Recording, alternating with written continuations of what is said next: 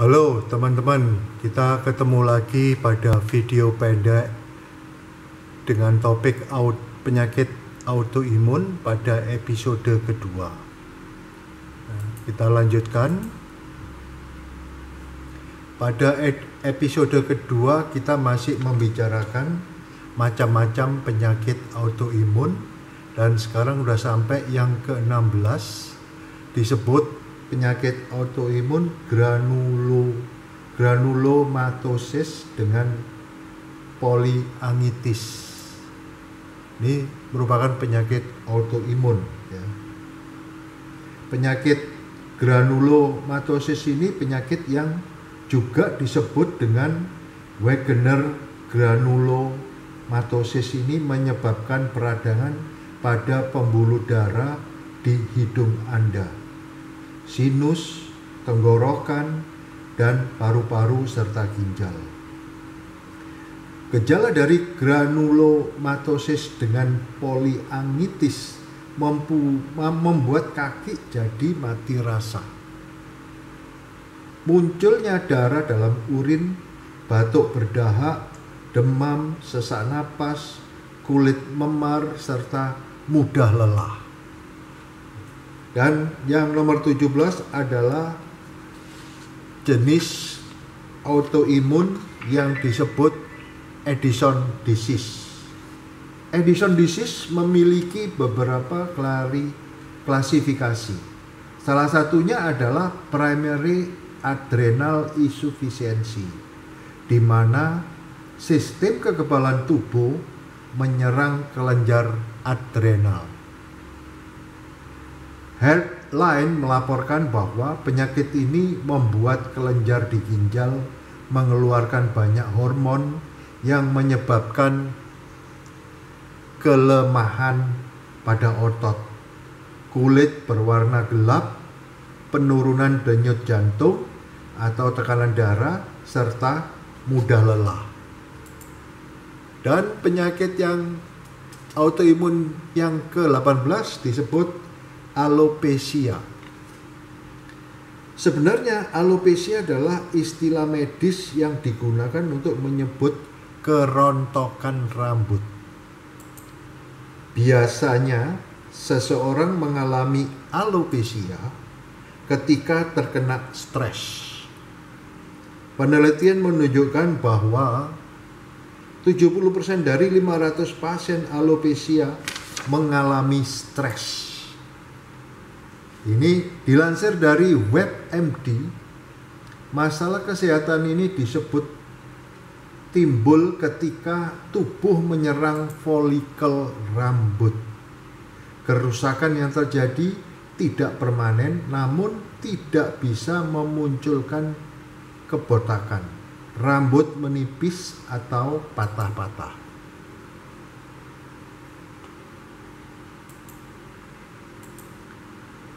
Masih membicarakan masalah jenis penyakit autoimun berikutnya, yaitu penyakit radang usus atau disebut juga inflammatory bowel disease. Adalah istilah yang digunakan untuk menggambarkan kondisi yang menyebabkan radang pada lapisan usus. Ada dua jenis. Penyakit Crohn menginflamasi saluran pencernaan dari mulut sampai anus. Yang kedua adalah colitis ulceratif, mengganggu lapisan usus besar sampai rektum.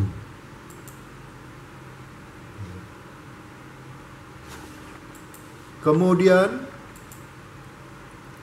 Sjogren's syndrome adalah jenis penyakit autoimun yang menyerang sendi serta kelenjar mata dan mulut.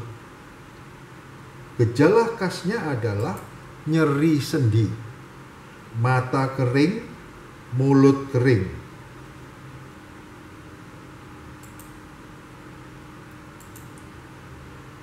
Berikutnya, autoimun berikutnya adalah vaskulitis.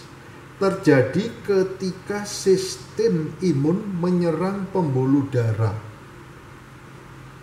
Inflamasi menyebabkan penyempitan arteri dan vena, sehingga membuat arteri peredaran darah tidak lancar.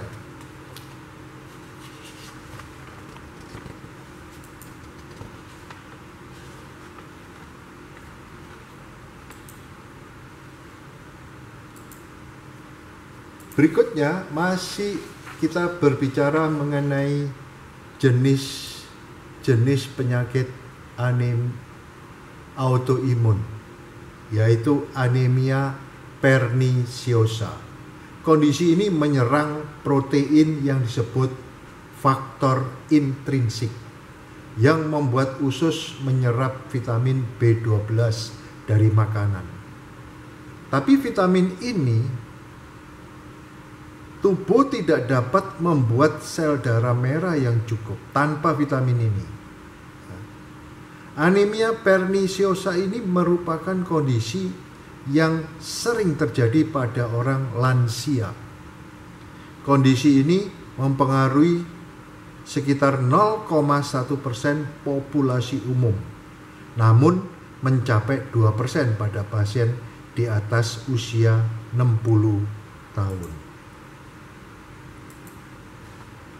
Jenis penyakit yang autoimun yang ketiga disebut ankylosing spondylitis. Adalah merupakan tipe artritis yang sebagian besar menyerang tulang belakang. Mungkin tulang membuat postur membungkuk dan menyulitkan untuk bergerak. Kondisi ini juga dapat mengganggu organ-organ tubuh. Perawatan untuk radang sendi ini seperti peregangan dan latihan khusus dengan obat-obat untuk membantu mengurangi rasa sakit. Penanganan lainnya mungkin memerlukan pembedahan untuk mengobati sendi yang rusak.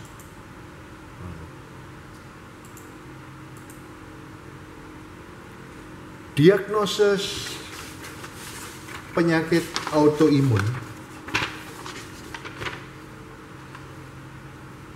tidak mudah bagi dokter untuk mendiagnosa penyakit autoimun. Meski setiap penyakit autoimun memiliki ciri khas, namun gejala yang muncul bisa sama. Dokter akan menjalankan beberapa tes untuk mengetahui apakah seseorang terserang penyakit autoimun. Di antaranya adalah tes ANA, anti-nuclear antibody, dan tes untuk mengetahui peradangan yang mungkin ditimbulkan penyakit autoimun.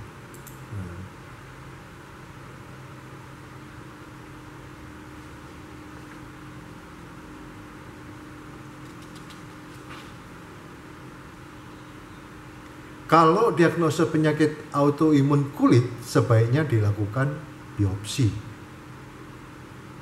Jadi khusus untuk autoimun yang menyerang kulit, sebaiknya diagnosanya dilakukan biopsi.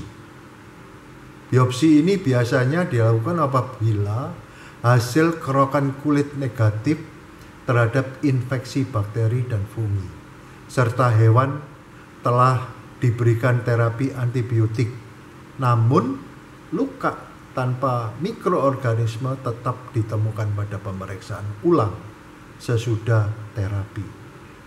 Dalam melakukan biopsi, hal-hal yang harus diperhatikan yaitu pemilihan lesi yang tepat, teknik biopsi, dan interpretasi biopsi.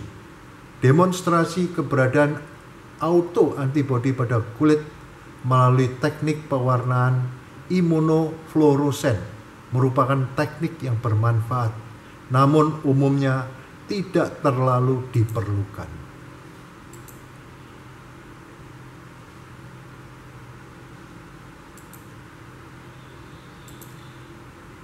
Pengobatan penyakit autoimun.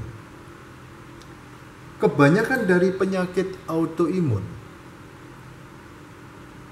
belum dapat disembuhkan, namun gejala yang timbul dapat ditekan dan dijaga agar tidak timbul flare. Pengobatan untuk menangani penyakit autoimun tergantung pada jenis penyakit yang diderita, gejala yang dirasakan, dan tingkat keparahannya. Untuk mengatasi nyeri, penderita bisa mengkonsumsi aspirin atau ibuprofen. Pasien juga bisa menjalani terapi pengganti hormon jika menderita penyakit autoimun yang menghambat produksi hormon dalam tubuh. Misalnya untuk penderita diabetes tipe 1, dibutuhkan suntikan insulin untuk mengatur kadar gula darah, atau bagi penderita tiroiditis diberikan hormon tiroid. Beberapa obat penekan sistem kekebalan tubuh seperti kortikosteroid digunakan untuk membantu menghambat perkembangan penyakit dan memelihara fungsi organ tubuh. Obat jenis anti-TNF seperti infliximab dapat mencegah peradangan yang diakibatkan penyakit autoimun, rheumatoid arthritis, dan psoriasis.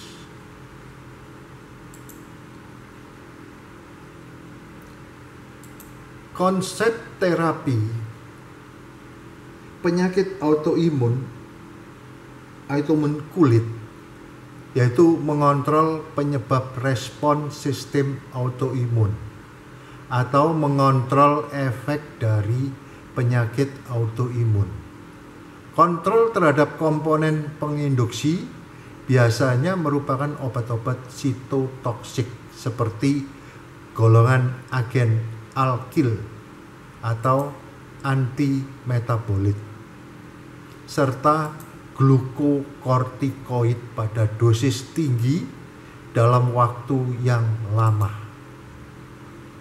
Pemberian dosis tinggi dapat mengurangi efek negatif akibat pemberian obat dalam jangka panjang, misalnya glukokortikoid. Beberapa obat yang sering digunakan untuk terapi penyakit autoimun kulit yaitu glukokortikoid. Kemudian obat sitotoksik antara lain ini, gemcitabin ini. Antara lain gemcitabin. Kemudian azathioprine.